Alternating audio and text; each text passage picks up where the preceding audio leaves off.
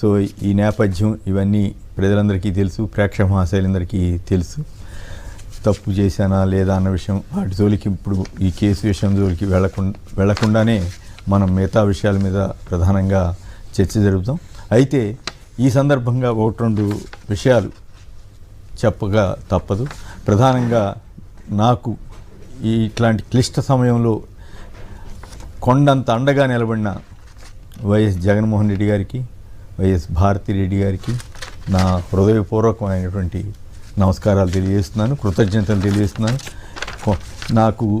నాకున్నటువంటి ఒక రకంగా చెప్పాలంటే నేను మధ్యతరగతికి సంబంధించినటువంటి వ్యక్తిని. నా వల్ల అయితే కొంతమంది అంటున్నారంట సుప్రీంకోర్టు ఎట్లా వెళ్ళగలిగాడని. ఇది నేను వెళ్ళింది కాదు, నా ప్రతిభ కాదు. కేవలం వాళ్ళ చొరవ, వాళ్ళు కొండంత అండగా నిలబడి న్యాయం కోసం వారు చేసిన పోరాటం ఫలించబట్టి నేను ఈ రోజున మీ ముందు నిలబడగలిగాను. ఇక అలాగే న్యాయవాద బృందం అక్కడ సుప్రీంకోర్టులో కానీ, ఇక్కడ మంగళగిరి కోర్టులో కానీ, ఇతరత్రా కానీ న్యాయవాద బృందం చాలా గట్టిగా కృషి చేసి నా తరపున నా కోసం న్యాయం కోసం పోరాడినందుకు వారికి కూడా ధన్యవాదాలు తెలియజేస్తున్నాను.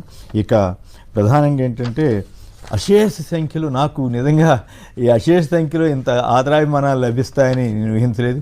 నా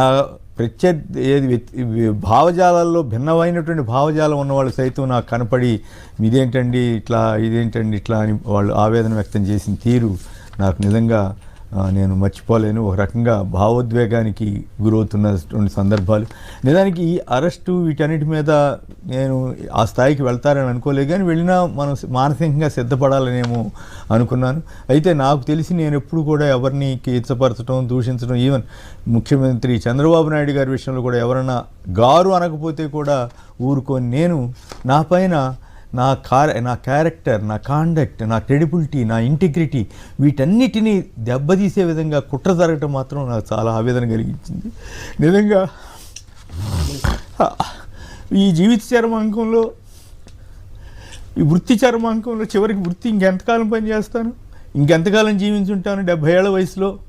ఈ వయసులో ఇలాంటి ఎప్పుడూ రాని ఈ 50 ఏళ్ల కెరీర్లో ఎప్పుడు రాని 47-48 సంవత్సరాల కెరీర్లో ఎప్పుడు రాని మత్సతోటి నేను జీవితాన్ని చాలించాల్సి వస్తుందా, ఊపిరి పోతుందా, ఊపిరిని తీసుకోవాల్సి వస్తుందా అని బాధపడ్డటువంటి సందర్భాలు అయితే ఉన్నాయి.